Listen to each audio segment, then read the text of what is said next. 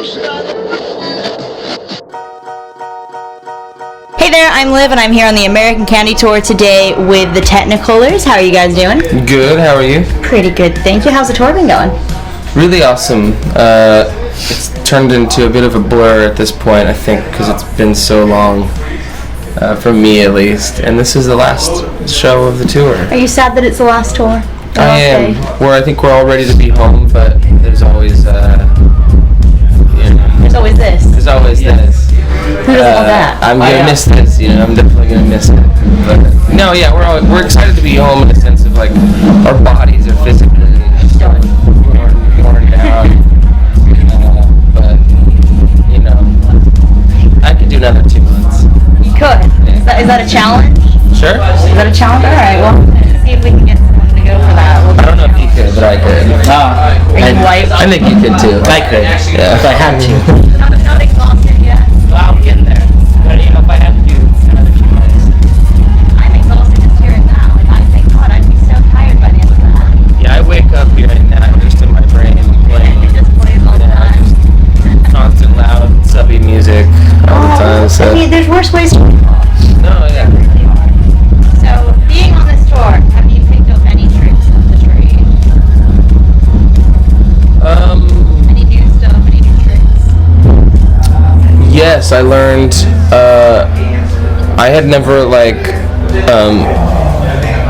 I'd never really drank Red Bulls before, and I learned how to do so. I learned how much my body can handle. Oh, good. And now I kind of know how to navigate the world of Red Bull and energy drinks a little bit. It's a good thing to learn to do on a tour. Yeah, I also know how to I never shotgun beers before or anything like that, so I never knew how to poke the hole, whatever you do. So this is all just a nice drinking experience. Yeah, so no, I mean with Red Bull, so I know how to chug them really fast. I poke the hole. I don't what? That's not a bad trick. No, yeah, it's a great trick. That's what I'm saying. I can just down that thing really fast now. Skill. So yeah, that's a really useful thing. But when Adam, the bartender, the main trick, he's like, "Wait, you've never done that before?" I'm like, "No, I've never, But it's one of those cake party tricks. Yeah, which I didn't really know anything about. So it's nice to learn how to, get it down a little bit faster. And now you don't have to taste. Now you don't have to taste the weird taste of Red Bull. So How about you? Any tricks for the trade? I'm sure I have. I don't know, maybe I haven't learned anything. yeah, Probably not. nothing. We're too jaded. Yeah. It's okay. I We've guess. been doing this for too long. Yeah. Nothing left to learn now, right? No, I've learned it all, Well, speaking of performing and doing all sorts of great stuff on the road, what is your favorite part? Just playing in a place. Familiar, and then there's all these elements that are not the same. Yeah, that's the most consistent. You play the same songs, but you never play the same. All those things, all you do. Yeah, the crowd's going crazy. Or not crazy.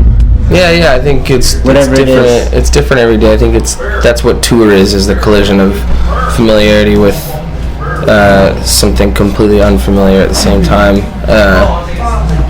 Not even just playing, but just the day-to-day process of what you do on tour. You're doing the same thing every single day in a new place with different people, a different energy, just a different place. So it's a weird thing to do for 2 months straight. Yes, I was going to say, that sounds like a very bizarre thing to have to do all the time. But as well, you've just released your new EP, Ultraviolet Disguise, and how are the crowds responding to that? Really awesome. It's been surprising. We've never really had this much attention before. So, Yeah, so we love it. we love all the attention. No, but it's been interesting. I guess we've never had this many years on our music, and whether they like it or not, it's been a cool, just such a different thing to know that this amount of people have heard or are listening to our music, and then on top of that, the response has been really something that we've never seen before. So it's been a treat. Well, I have to ask as well, what does Ultraviolet Skies mean? I think in the context of the song, it's a lyric from one of the tunes, and I think I was kind of writing about the idea of reaching into unfamiliar territory, whether that's just like in your life, like trying something new, or for me, that was what this experience of writing the whole EP was about. You know, I think we finally got to a point where we felt confident enough to try new things without it feeling trite, and or for me personally, like I don't know, for some reason it took me a little bit to get there, because I've always looked up to bands who've always really reached outside the box and pushed the limits in what they do, or just culturally or whatever. But for some reason it took me a little bit to get to that point where I felt like I could do that authentically, so I think like that concept, like Ultraviolet Skies, I think it was the idea that I don't know, you're trying something that might not necessarily, you're trying on something that might not necessarily be you, and the danger of that, but also like what that can mean if it's true, and like what does that even mean if it is true or not. So I think I kind of just like to get lost in ideas like that just kind of like circle around themselves. So for that specific moment of that song when I was writing, that's what that lyric was about, and then it felt really appropriate to name the EP after that, just because that's kind of what we were trying to do on every single song. Oh wow. So I take it it's a very different approach than Listener. Yeah, Listener was very, the songs like kind of were already written, and we went in and tracked it very quickly, but the ideas were pretty fully formed over maybe the 6 months prior, maybe not 6, maybe like 3 months prior to recording. This one was literally from scratch in 3 weeks, start to finish, and we were doing more in that time than we had done during the summer, so it was like very two extremes. And from the outside, it seems like they were both done kind of in the same way, but you know, the processes were similar, I guess, the writing processes. This one maybe like, because they were all from scratch, I think a couple of the tunes moved quicker, were finished quicker. We were forced to kind of restrain ourselves a little bit, and it was just really exciting. It was good. So. And what do you hope that listeners come away with when they listen to the Technicolors?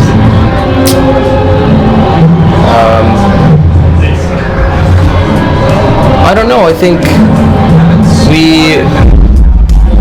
it's not really like an answer that I don't know if we have that answer right now, because we're Whatever they want. yeah, you know, I guess, yeah, we're just doing like the songs and all that stuff. That's, we're proud of them and we like them, and I think you can't, beyond that, if you listen to it and you're entitled to take away whatever you like. Yeah, I think that's the really cool thing about what, like, this time in our lives is, like, we finally feel that freedom to write the style of music that we care about and that excites us, but also to write in a way that is capturing who we are and what we're going through at a specific period of time.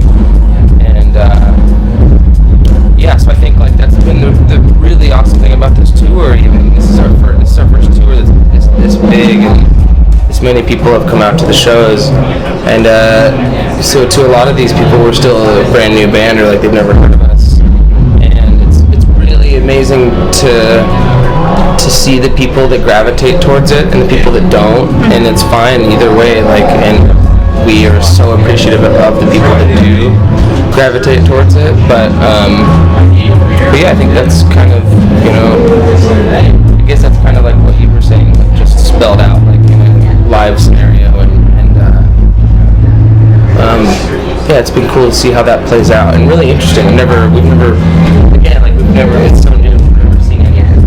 So my last question for you is, what can we expect from the Technicolors this upcoming year? More music, just more music, more touring. We're going to Brazil in the summer. More pyro, lots. Yeah.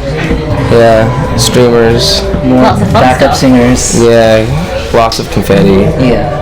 Sounds like you guys have quite the show planned. Yeah. Yeah, it's kind of like, really channeling. I don't know, my brain's not More working. stage prop. Yeah, just like. More stage props. Yeah, just like. Yeah. Well, it sounds like it's going to be great, and I hope I get to see a few of these shows. It's going to be awesome. Yeah, no, I think, to be more specific, we'll be doing some West Coast shows right when we get, like, pretty soon after we get back from this tour. And then, doing the Brazil thing in August. And then most likely be on the road in the fall for another really big US tour. So, in between all of that is ideally the time that we're going to try to jump back into a creative space and write and hopefully put something out.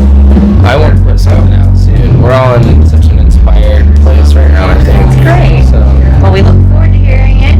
Thank you guys so much for sitting with us and doing the interview. We really appreciate thank it. You guys are watching Planet Stereo on YouTube. Please be sure to check back for more interviews, and of course check out their new album. Come on, why not, right?